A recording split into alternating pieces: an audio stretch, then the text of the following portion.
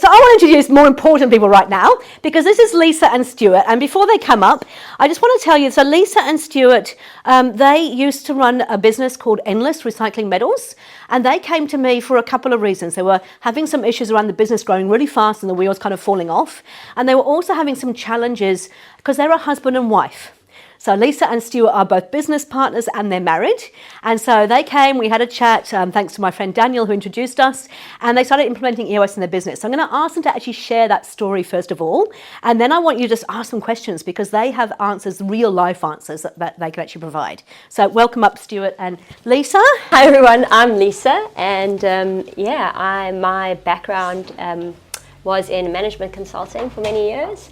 And then I moved to New Zealand and I became an accidental entrepreneur because my visionary over here wanted to sort of go out on his own, and somebody had to keep him in check. Yeah, exactly. So yeah, that's a little bit about me. And this is Stu, who will have no problem telling you all about himself. So yes, thank you. That's very kind. We came from South Africa. We arrived just 7 years ago, and in South Africa, I ran the largest metal recycling company in sub-Saharan Africa. So my experience was in recycling probably for the previous 25 years. So when we arrived here, we were looking for the opportunity of what we were going to do. And I said to Lisa that I think there's an opportunity to do it better. There was a monopoly in New Zealand and they controlled the prices, and we could see that there was an opportunity to incentivize people to recycle more by increasing the prices, therefore getting more people to recycle their metal. I went over, and this maybe just sums us up a little bit, and I said, let's put any money that we have into this. It's a great idea. I got a gut feeling for it.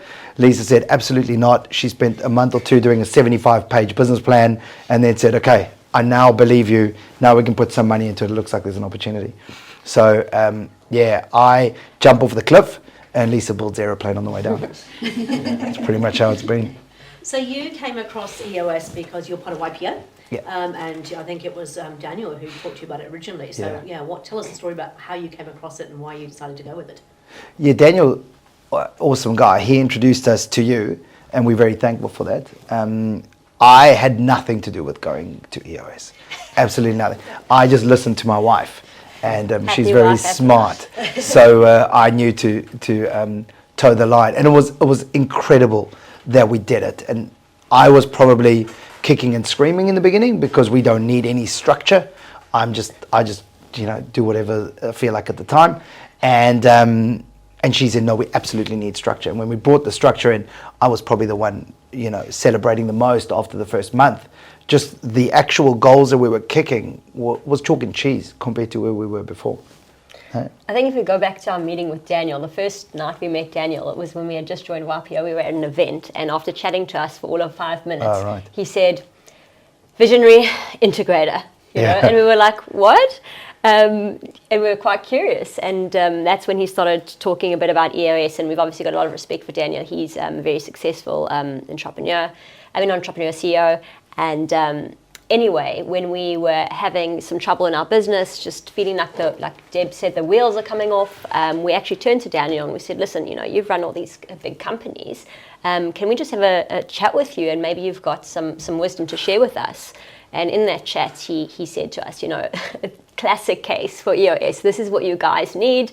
There's nothing in it for me. Read the books, and if you want to chat to Deb, you can. Sort of no strings attached, and I had to drag Stuart, I think, to that meeting. For sure. When we spoke to Debra, we walked out there, and he's like, "Oh, everything sounds amazing when someone's trying to sell you something." Yeah, exactly. I'm like, she even said in the meeting, we can implement it ourselves, and we could. You take how much is this going to cost? Is it worthwhile? Heard the story all before.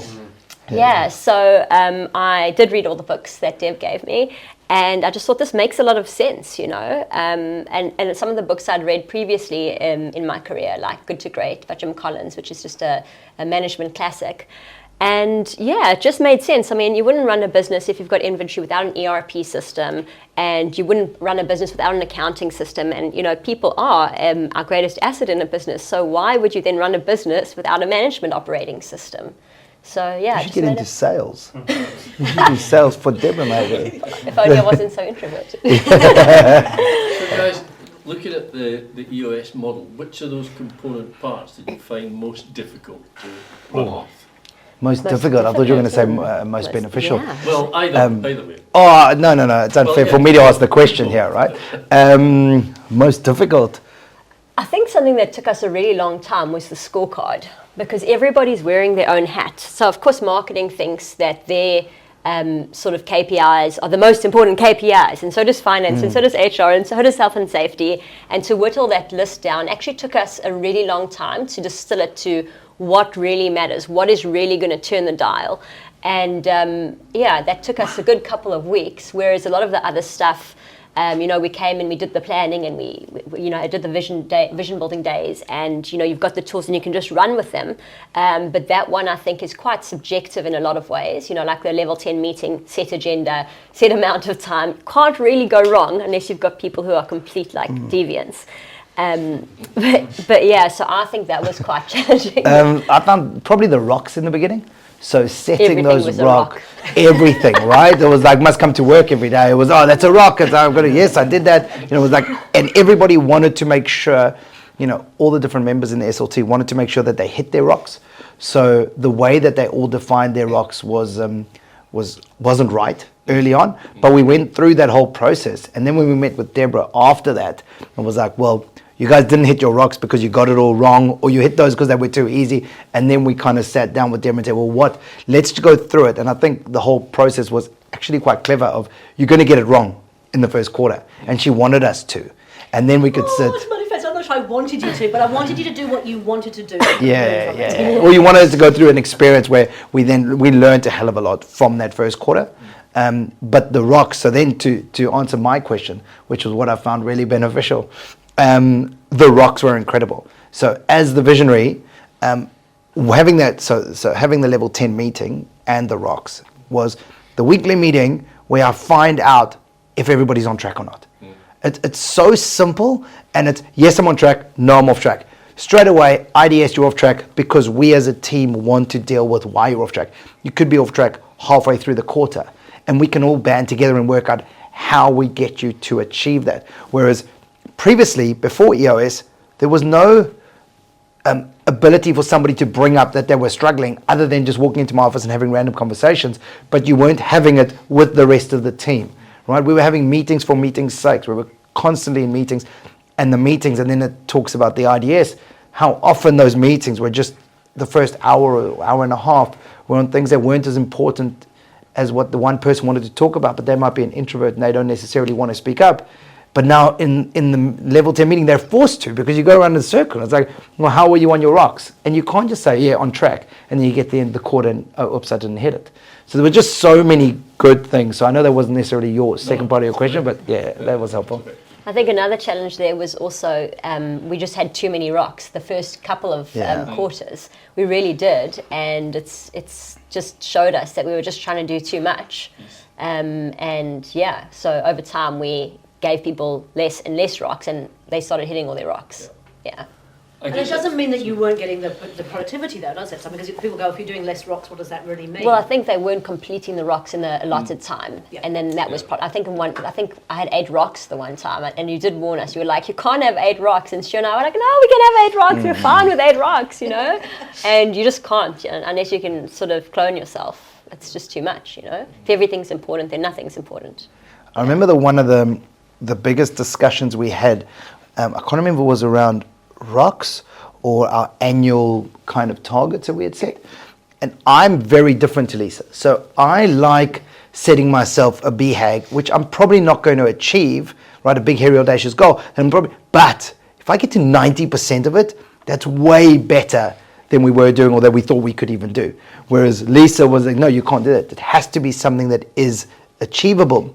So when we set these annual targets, and I think was it the 5-year, and we even go 10-year, when we were writing those down, people thought I was absolutely crazy, right? I'm expecting this company to be the fastest growing business in New Zealand, which we were 2 years ago. So all of these sort of things that we were hoping to achieve sounded crazy, and there was a lot of back and forth around the table about no, that's too much. And I'm going, well, if, for example, we aren't the number 1 growing company in 3 years' time, if we come second or third, It's still a great achievement. And Lisa was, no, it's got to be achievable.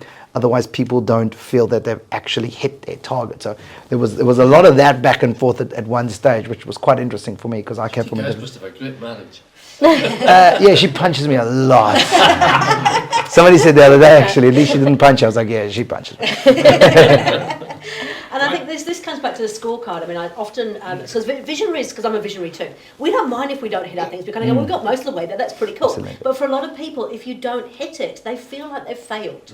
And that's the important part. This needs to actually make them encouraged. So even with your scorecard, which you update every 90 days, you actually need to, if you've got a really big, hairy, audacious goal for your sales, don't put it in there as a number. Put an achievable number that's stretching them, but it's achievable. Let them get a couple of greens and then push it up. And you can keep pushing that up every 2 or 3 weeks if you want to, but let them get some greens and move it up rather than just relying on them to, get the really big number, which they'll never get, and then they'll get disheartened because they're like, well, we're never going to get there. It's always a red. Yeah, but the problem as a visionary, you often have like this toxic positivity or this like delusional optimism where you're like, well, we actually will get there. And they're like, no, well, we can't. I'm like, why can't we? Like, we've got 3 years and we can go hire another 250 people and get to the numbers they want.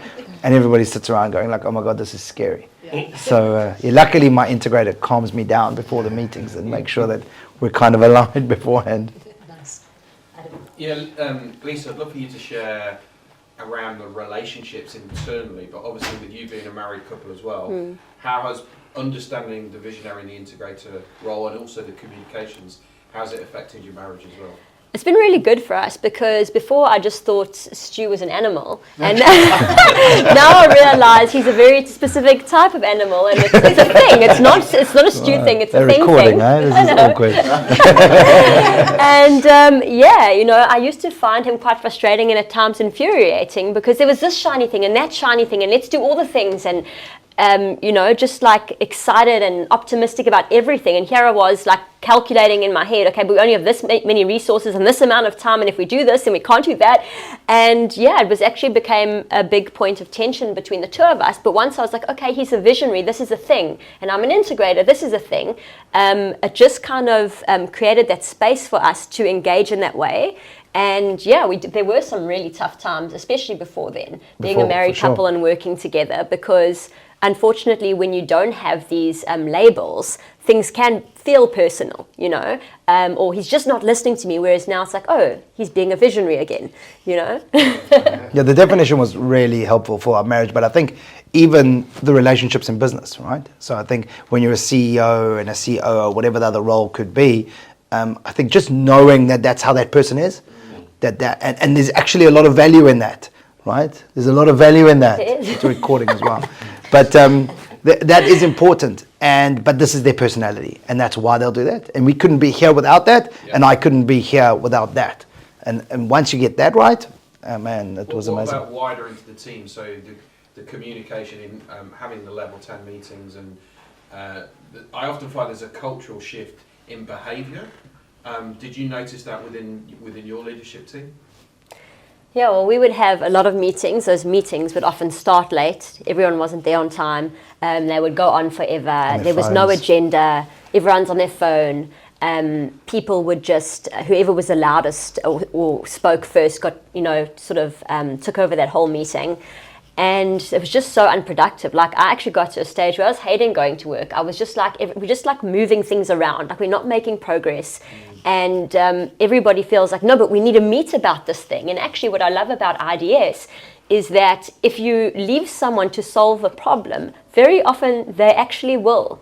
But if there's all these meetings, they feel the need to, I feel like, hoard their problems so they can come to the meeting and say, I've been doing this thing and I'm struggling here and I need your help and all these things. And really, if you say, listen, is this one of the most important things to solve for the company right now? No. Okay. Can you find a way?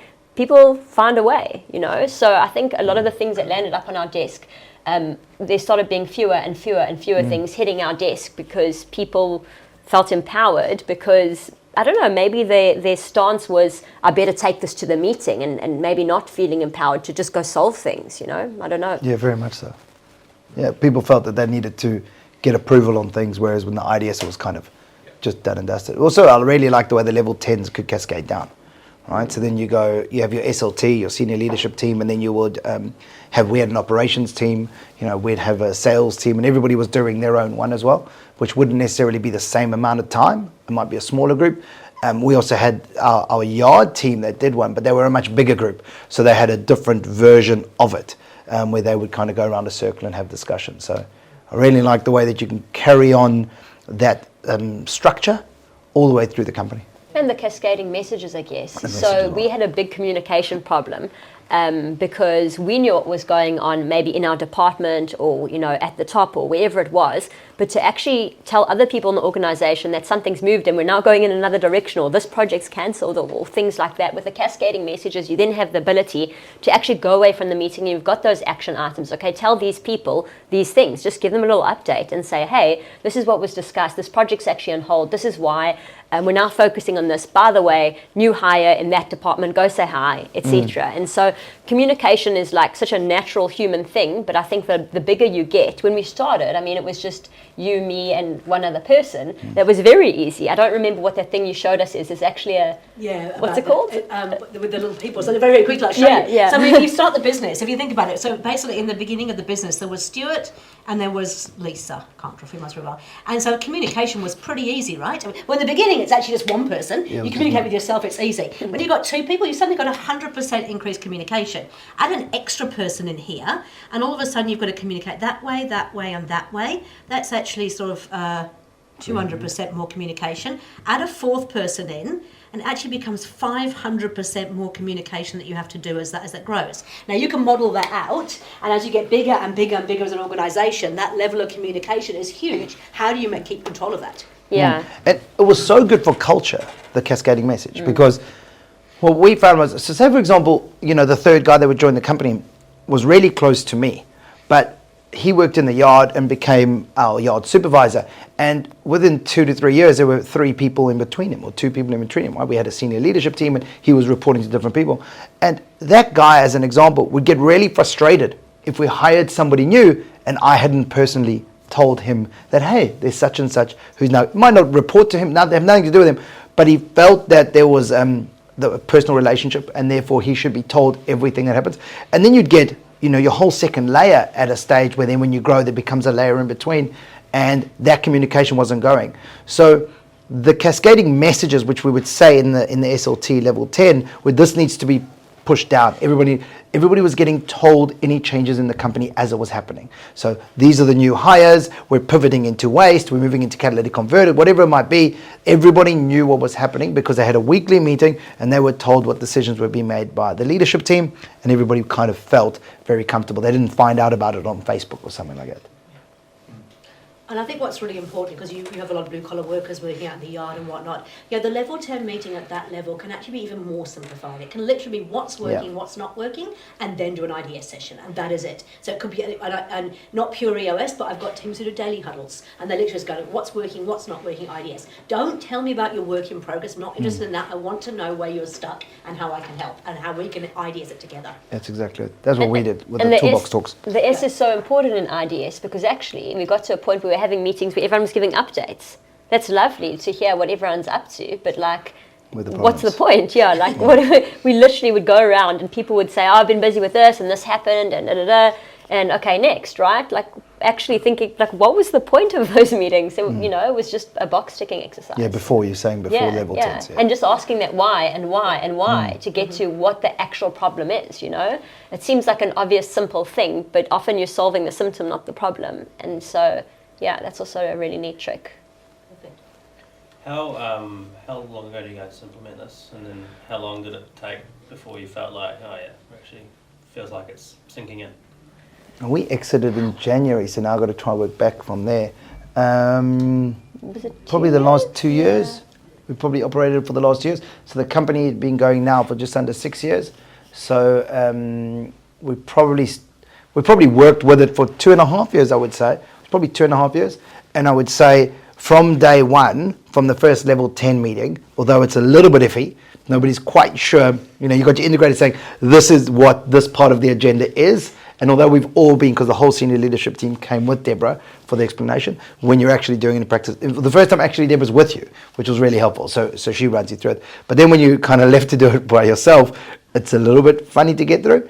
People aren't sure, can I talk about this now? No, wait, they must wait for later. You get kind of put in your place quite nicely.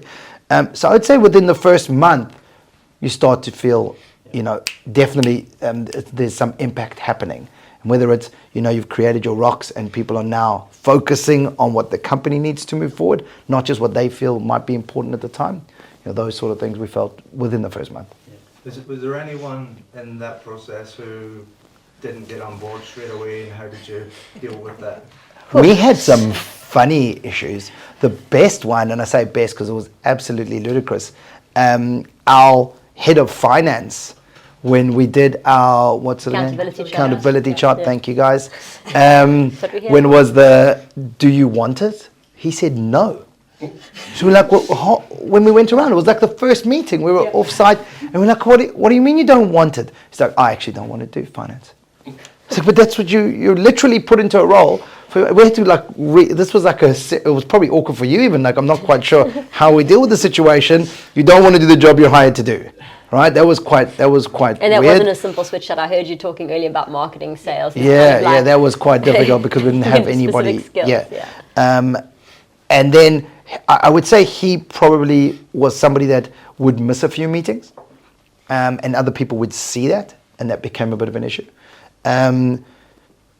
Other people, was Simon ever in that? No, I don't think he was. We actually picked up a couple of wrong people by going through the process. I remember we actually had our first couple of sessions actually outdoors. It was in the middle of COVID and we couldn't get together. Yeah, that's what I was thinking about. We had HR switch over to health and safety. That's for right. Yeah, that's right. And we had somebody who came on as a yard manager who ended up not operations, but ended up not really wanting it, having the capacity to do it. Moved into sales. Quite quickly. Yeah. Oh no, then we had the other one who moved from ops into sales. Yeah. But to answer your question, I think almost everybody bought in, except for one person, right? Everybody else bought in and they liked the structure. I think they were frustrated with me probably because I didn't bring structure and I didn't believe in structure. So they loved the idea of what I actually hold on, this is going to keep Stuart in check. And it did, because I absolutely loved it once it was going. I think the only person who didn't get on board was the person who didn't want to be held accountable for anything. And it was really good to actually see that in black and white. Yeah. Yeah, you can, and you said very quickly. Is that person still around? We've exited the company, so he is still there. Yeah. But that was a separate issue with him. But yeah, he is still there. Yeah. There's always challenges of multiple shareholders. Yeah. But yeah, so absolutely the if they get it, they come on board, and the people that are kind of not so interested to follow the rules are probably the ones that you want to look at quite carefully. It's not onerous, right? You're not asking much of people. So if they're really resistant to it, you've got to ask why. Yeah. What are they losing by doing this? They're getting back heaps of time. If they weren't feeling empowered before, they're definitely feeling empowered afterwards. Everyone's being held accountable, so they can't complain that people they're relying on aren't doing what they're supposed to. Like, where's the downside? Why would one not get on board, really, And it creates an incredible accountability. It really does. So if somebody's pulling away from it, it's because they don't want to be held accountable. And I think we could kind of see it on often like salespeople that don't necessarily want to give you their KPIs or be managed in that way. They like to just go out for lunches. Right? You can kind of see that. Hold on, you bring this in, they're like, hold on, I don't want to have to report on rocks. Here are my KPIs that I like to do. But that makes them put them in a setting like this with 5 other, co-workers or people at their level, and it's very obvious when you're not the one hitting your rocks every time, right? It's highlights we have an issue in that seat, and nobody likes to be that issue. So. I mean, we had an interesting time when we actually had data from our IVR system about phone calls and what was happening, and we literally had an argument with the sales guy because we were like, this is what the data's showing. He's like, no, the data doesn't mean anything. We're like, what do you mean the data? He's like... Like, he was talking about missing phone calls. I think it was the sales guy, and he was saying he missed, I think, 90% of his phone calls. And whenever we put phone calls through to him, he wasn't answering it. And he literally, his words were that data doesn't mean anything. when we were saying you're not on. Look, 90% of your calls you miss. Here is the data doesn't mean anything. So he didn't last at all. Any other questions? By the way, just for these guys won't tell, but I mean, you won the Westpac Awards for a number of different things, didn't you? After sort of turning that business sort of. Yeah, last year we won. We won Best Emerging Business. We won Strategy and Planning. We won Export. We won a few others, and then we won Customer Service. Then we won last year. We won overall Supreme Winner. Award, Yeah. So it was quite cool. Perfect. Congratulations.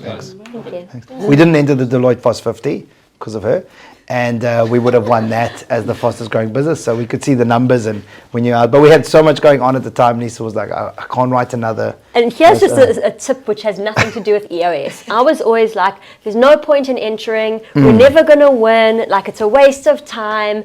And every time he would literally, because I would write the entries, he would force me to enter. So if you're ever thinking about... Before ChatGPT, like we actually wrote if the you're entries. ever thinking about entering things like the Westpac Awards, I think they're now the 2 degrees, or I'm not sure. But anyway, do it. It's so worthwhile. And it's something I would never have done if you didn't push me to do. And feel free, I'm serious, we love to collaborate. And feel free to reach out to us at any time. You can find us on LinkedIn, whatever, just to give you some tips and advice and introduce you to 1 or 2 people if you want. But yeah, you get amazing exposure. You get really, the social media exposure is good if that's what you want for your business. But yeah, I think it was amazing for our business. But she never believed we would ever win anything, and we ended up winning it all. So it's a great... Yeah, exactly. And it's an amazing culture builder for your team more than anything. Those evenings are amazing. Everybody gets to dress up really nice, and they drink their champagne, and everybody has a lot of fun. And then when you do go up, that sense of belonging, which I find is the number one thing for any culture, that sense of belonging, it just goes through the roof. There's just one thing that I'm just going to stand close to your microphone. One of the things the reason I fell in love with EOS was they actually asked you. They launched into New Zealand using my event centre in Parnell, and that's how I actually came across it. And the one thing I've been coaching for, I think, close to 15 years. I've been running businesses for 30 years. And the one thing I loved about it was actually the process that we go through. So you said you got results from the first kind of level 10 meeting. And that's because in our first day together, we don't do the vision, the strategy, the big picture, because we kind of go, you've already got that. You're running a business, you kind of know what you're doing. The first day is focused on teaching those tools. Do you have a scorecard? Do you have rocks? How do you run a level 10 meeting? How do you get all the team on board in terms of where we're headed? And then you go away for 30 days and you actually get to run that stuff in your business to see how it works. And then we come back, and only then do we actually go into the 8 questions and answering the 8 questions. And I think that's why you start to, even though you don't get immediate results from a financial revenue point of view, you get immediate results in terms of the focus of the people. And accountability, absolutely. Yeah. So that's the part of the reason I fell in love with it. Yeah. Okay. Please go. How much of this would you say you've implemented? Like, is there parts of it that you're like, not quite for us, we'll park it, or are you kind of like 100% on all of it? I don't. If I'm looking there, we did actually implement all of it. There were probably some tools that we didn't get to using. To be fair, I can't name which ones they are, but there's a whole big toolkit, and I don't think we use each and every tool just because it's a process, right? It's an ongoing thing. You get comfortable with something, you incorporate it, everyone becomes familiar with it, but not because we sort of rejected any of them. I think given more time, there's no reason why we wouldn't have, I guess. And it's quite interesting because lately I've been attending a bunch of webinars or speaking to people in the States, and EOS is actually a massive thing globally, and just the concept of management operating systems. And I couldn't believe how many people, I went to a webinar by a woman who runs a VC. She's a partner at a VC, and she was talking about how she insists on all her portfolio companies using EOS. And it's just something that people were throwing out there as if everybody knew about it, And it just makes me wonder, like, are we in New Zealand a little bit behind when it comes to sort of management practices? And are we just kind of freestyling? Management it's an art and it's a science. And the sort of workforce is changing in so many ways and so rapidly, from work from home, from, AI and the augmented employee, and just the future of work it's very different and it's changing rapidly. And so, if sort of human capital and how you're managing to get the best out of people, to retain people, isn't sort of top of mind, what are we doing? And I don't know if you've got a view as to why in New Zealand, it's not as common a practice, just management operating systems as, a thing. Yeah. I think it probably comes, this is my personal experience, I think it comes down to some of the number 8 and Y mentality. And I think to answer the question is like, if you try to do just bits of EOS, it actually won't work. You've got to embrace the whole thing. And the reason you didn't get some of the tools, like there are the foundational tools. They're the foundational tools. If you just put those in place, that will make a difference to your business. Then there's extra tools in the toolbox. There's 20 additional kind of tools, or 20 tools in that toolbox. And then there's some more tools around, like if you want to merge and acquire, we've got tools that can help you with mergers and acquisitions, because that's a bit like getting married. You want to make the right decision about those things. And so unfortunately what New Zealanders tend to do is they kind of go, well, I quite like that, but I'll just change that a wee bit, or I'll do a little bit of this, a little bit of that. And in reality, this has been around for 23 years, 190,000 businesses using it. You actually have to implement pure EOS to get the true results from it. And I don't know if that is part of the reason, and probably just an awareness thing. I wasn't aware of it until, sort of Daniel mentioned it to us. So, yeah. I don't know if this is maybe off topic slightly, but has anybody seen Super Pumped or We Crashed? Yeah. Right. So there's a time for an entrepreneur to be running a company, and there's a time for them to have a lot of structure. And I think you see it in a lot of companies, unicorns, and that, where the entrepreneur, and I was this person jumping off the cliff, building an airplane, but I don't want to fly the airplane. Like, there's a time for the entrepreneur to be in there, and then they need structure. And I think at an early stage, it's probably not necessarily EOS, right? Because they're just jumping on the cliff and they're doing whatever they need to very, very early on. I'm talking about ideation, creation, right? But then when that plane is flying where we were, if I didn't have Lisa, we would have crashed 4 years ago, right? Because I was all over the place. I was constantly looking at that trajectory and going, we must continually grow at this speed. But while building that aeroplane, the engine was falling out, right? Everything behind me was falling, but I was looking at the next shiny thing. So I think, I don't know if it's got to do with entrepreneurs often just wanting to keep control themselves and not necessarily believing that they need structure. And that might be a Kiwi thing or not, but I think in general, it's quite hard. Like, I wouldn't have done it if it wasn't my wife who told me to go and do it, right? It's quite hard for the visionary to actually say, yeah, that's brilliant. That's just what we need right now. Somebody to bring in structure and control me. And I do believe after the first session, I said, what did you think of that? And you were like, I was so bored. This is the worst. I would never have said that. Come on. I was just eating the chocolates, trying to get sugar rush. I'm like, keep me awake.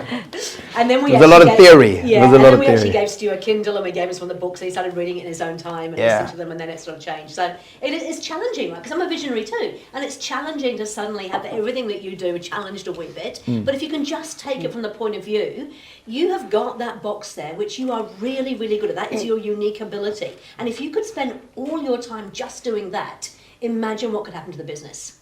Because then you've got these other people in their boxes doing their unique ability, and they're just taking the business along, and you can do what you actually really love. Yeah, absolutely. Yeah. Okay. Any other questions? Just an observation that I think, Stuart, that compartmentalisation between the visionary and the integrator. I experienced yesterday in a board meeting of explaining to the visionary what the role is, and identifying and articulating the functions that he has to carry out. Yeah. And then suggesting to him that the reason why he gets frustrated is because he hasn't recognised what his role is. Well, this guy's been a founder for 23 years. Yeah. So to the extent that even talking about the functions that are to be carried out independently seem to resonate and settle an awful lot of and lead it to we're going to have a 90-minute session with Debra. Yeah, brilliant. Yeah. Because I think just that definition, you spoke about it right in the beginning. When we were given that definition, everything just made sense. Yes. It's like, and all of a sudden, I appreciated Lisa's role, and I believe she appreciated mine. Yeah. But before then, we frustrated each other completely, right? It's like, why are you chasing those? Stop trying to slow me down all the time. Yeah, that's exactly Why it. don't you understand what I'm saying? Absolutely. Like, can't you see the benefit of, go to the moon tomorrow? Like, we can do that. Yeah. So, yeah. And the Rocket Fuel book is actually the book that sort of talks to that. I think it's quite a unique EOS thing of all the different models that I've looked at. That visionary role is talked about in Rocket Fuel, and it really is. It don't see it as a negative. It's like, actually, imagine if you put those 5 bullet points there: big relationships, big ideas, research and development, industry knowledge, and culture.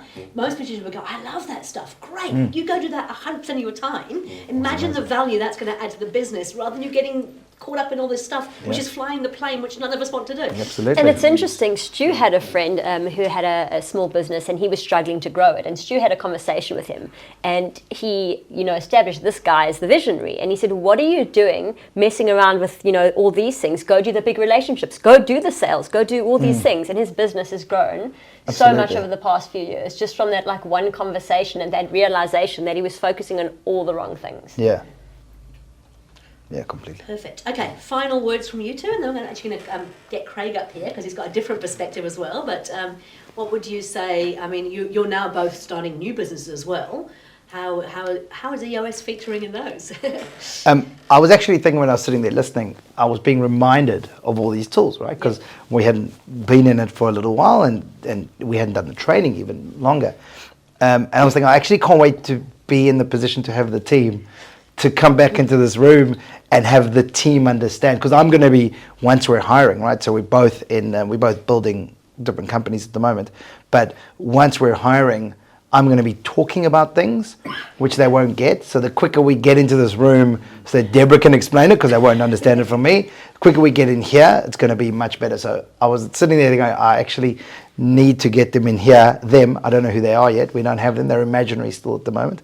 But when they are around, we'll get them in here and you'll explain to them everything. So I'm very excited to get to that stage. I love seeing that from you now, because he was so bored in the first few meetings. I think there's 2 things there. The first thing is, you just said the complete opposite earlier. But anyway, it's fine because I'm in charge. But, but you said you probably wouldn't do it right from the start, and I actually would, because I would. I meant ideation when it's just me thinking about it. It'd be awkward for me to sit with Debra and we have all different name tags and it's just me. They all say Stuart and I have to go sit in that seat and then be HR. I mean, when you're the entrepreneur jumping off the cliff, there's no reason to have it because it's just me with the ideation. But then once you start bringing in people, immediately at that stage, they have to be on that journey. Yeah. So I intend to do it from my first employee. But the second thing that I've been toying around with a lot, and this will probably surprise you because I haven't spoken to you about this, but is having a fully remote business, because it's a tech business and I could possibly. And I think EOS is something that lends itself really well to a remote or hybrid workforce. And definitely, it's from an accountability perspective, from a transparency and visibility perspective, I think it's a really good way to do it without killing the culture. And it's not this constant checking up and following up and where are you, what are you doing? You can sort of let people go do their thing as long as you've got this in place, because this is the guardrails, right? Yeah. Brilliant. Gosh, I couldn't have asked for better people to talk about this, could I? Thank you so much, guys. Really appreciate you coming in. You'll stay around for a few minutes afterwards and talk to people, but I'm going to add. You've got our bank account details, right? Yeah. Okay. We wired straight after the session, don't worry.